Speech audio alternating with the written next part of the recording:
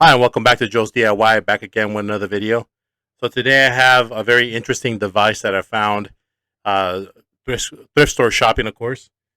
This is a device that was pretty much cutting edge for when it was released back in the probably early to mid 90s. And I'm talking about the Panasonic AG-1980. Big, bulky, and heavy, but it's definitely a professional VCR meant to be used for editing.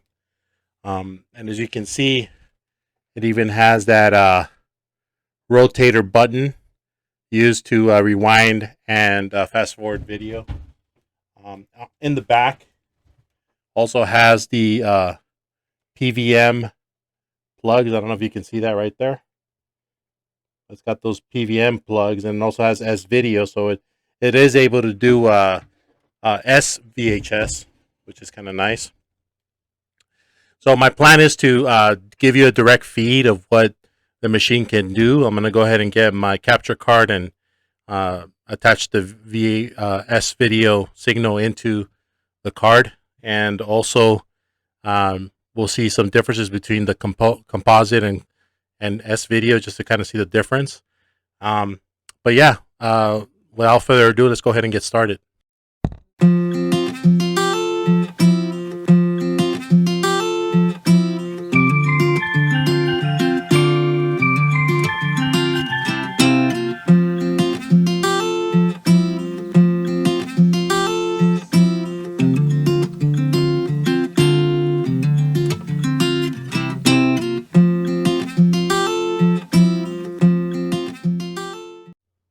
So here it is, this very heavy machine that is actually made for professional use. This is the Panasonic AG-1980, and it's got this very nice door that has all kinds of switches and buttons that allow you to customize your video editing. We'll take a quick look at that. So we have a headphones level adjustment right there. We have the headphones jack right there, and we also get a microphone jack up there. I know I got it out of frame there, but this, it looks to me like it's probably like one of those smaller plugs. Not sure if it's uses the regular size, but you could definitely adjust that. You got your picture adjustment there. And you got your linear audio, so you can adjust the intensity of your audio. You can make it stereo or mono. And right there you have a recording level adjustment. You could crank it all the way up, but I typically would leave it right down the middle. That way you don't get any clipping in your audio. And then you got another adjustment to, I guess it would be to edit. Don't know what that is. Not sure what that is. And then I guess you got a hi-fi adjustment there. And then you can toggle between S video and composite. So that's nice. And then you could select the speeds there. And then you could switch on and off super video. You got your mono, MTS. I'm not really sure what that does. Here at the bottom, you got your very typical VCR controllers, VCR TV. You got the eject button, other adjustments like for tracking, and setting timers to record, rewind, fast forward, play. Just the typical stuff you'd find on any other VHS tape player. Probably one of the best features that I like is it's got the wheel for rewinding and fast forwarding. This is kind of like allows you to make fine rewinding and forwarding. So especially for video editing. And then at the bottom you got your composite and S video. So before we continued on to the other side of this machine, I wanted to go over the specs. I was able to find the manual online for this machine. there's plenty of specs here, and I mean, I'm sure you can probably find this online, and I'll briefly show it on the screen here. But some things that I did want to mention that were pretty interesting was the fact that it could do a 16:9 wide aspect picture, which is very unique for VCRs. VHS usually do the standard 4:3. Later on, you were able to do a 16:9 aspect ratio, but when you have those special edition VHS tapes. But typically in the early 90s, you usually just got full screen. There's also an enforced black and white mode, which is very interesting to me. It could be used for some kind of editing that you'd like to do. Counter reset, and of course you got the SVHS feature with the special video heads that can handle that. Hi-fi stereo recording level, flying erase head. I'm not sure what that means, but definitely a very high grade type of VCR here. And here's a brief look at the specs here. I'm not going to go over too many of them because, again, you could probably find this online and look at it yourself. And I think some of these I've already mentioned when I went over the sheet. So there you go. And let me see if I can zoom in just a little bit, and we can take a look at the length and width of the machine. So it measures about 16 7/8 long, 16 15/16 wide, and about 4 5/16 tall. So, and it is a kind of a bulky machine. I think not sure if they mentioned the weight here. Let me see. I don't think they mentioned the weight on the specs there, but take my word for it, it is a pretty heavy machine. And here's a couple of options you can do with your editing models. So they obviously had one where you could even use like a boom box to insert additional music into your video, or a computer, which is kind of interesting.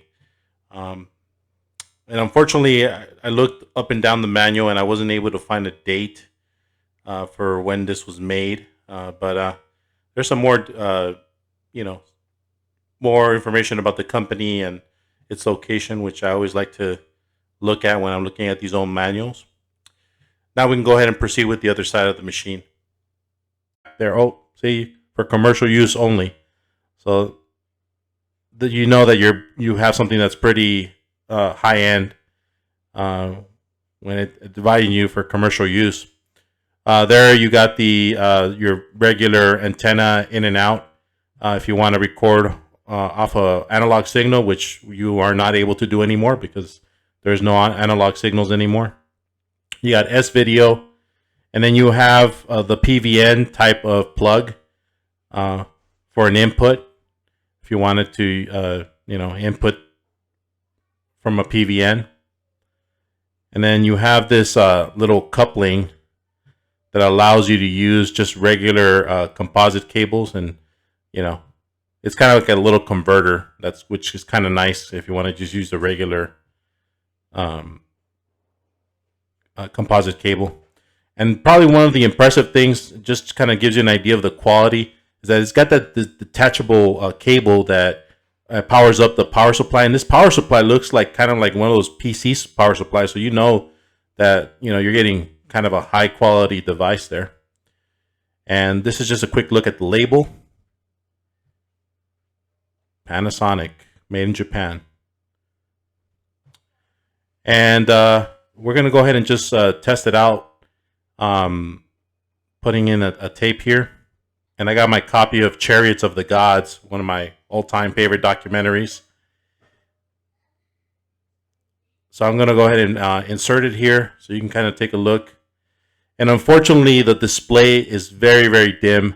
I think probably one of the LEDs or LCDs is malfunctioning or burned out. But if I put my palm here, you can kind of see the meters, the sound meters moving, showing you that there is sound being outputted from the device. Yeah, but it's very dim, and it's even harder to see in broad daylight.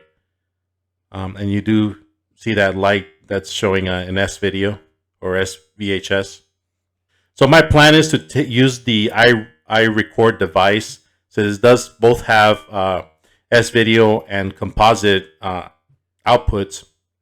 And we're going to try to record some footage off my Chariots of the Gods videotape. We'll do very brief cuts since I don't want to get copyright flagged. So I'm going to go ahead and demo it, and we're going to do both the composite and S-video samples, so since we're capable of getting both. Okay, so here's a good look at the S-video signal of Chariots of the Gods. And you know, the picture, like I said before in previous videos, when you're doing the S-video signal, I just see it sharper. I mean, I don't see too much of a difference in the quality versus composite. There you can see that you got that same exact shot, but now it's in a composite signal, and you know the lines are a little bit softer. The colors are just about the same, so you can't really expect too much of a difference in quality. It's going to be a little sharper, and that's all I can see. Those are some kind of yellow to orange colors. Let's take a look at a couple more blue colors. You know, this is a very old documentary, if you can call it that. It's very speculative. You know, discussing whether or not you know, aliens came to Earth. You know, during the classical period of, you know, civilization or whatnot, or the early stages of civilization, which it's a topic I've always found pretty interesting. So as a kid, I saw this, and I kind of been always one of my favorite documentaries. So, you know, I happened to come across the VHS tape on one of my thrift store pickups, so I got it, and this was the film that I chose to show on VHS. And again, the S video is a lot sharper, but when we switch over to you know, composite, you know, the lines tend to get, you know, just a little bit softer. So I mean, I honestly think it's going to come down to preference. You know, if you want softer lines, you're going to go for the composite. If you want it sharper, and then you're going to go for the S video. You know, but again, it's just a matter of taste. So let's go ahead and get into some final thoughts. So I thought that this was a very interesting pickup when looking at, you know, the chances of you running into a VHS that can play Super VHS. They're not very common anymore, and much harder to find, much less something that was probably used in a professional capacity for video editing. I was very fortunate to pick this one up. I think most of the people that came across it didn't know what it was, and I think I just got very lucky in figuring out exactly what it was. I don't think that this would be my main way of transferring VHS with my iRecord device, just because I think it's a little bit older, a little bit clunky, and just wouldn't, you know, I think the JVC that I have works just fine in doing those video transfers. But I think that for as old as it is, I think it did a fair job in the playback, and I really can't complain about that. I was a little bit paranoid about the pickup in the first place, just because of that display that was very dim, and I wasn't even sure whether or not it would be able to play back videotapes. Since, you know, if we're talking about VHS players that are older than maybe 20 years, you're always going to have some kind of problem with them, whether it be the belts or whether it be something broken inside, just because the plastic goes brittle. Nonetheless, if you find one on the wild and it's functional, I'd say pick it up. I think it's just, you know, you do have a lot of editing opportunities on that. Not that anyone would really edit on VHS at this point, but if you want to do some kind of retro-looking, you know, video editing, you could do that on that device. But I don't think it would be much use for anything else, quite honestly. Nonetheless, I hope that you enjoyed my video, and I will see you in the next video.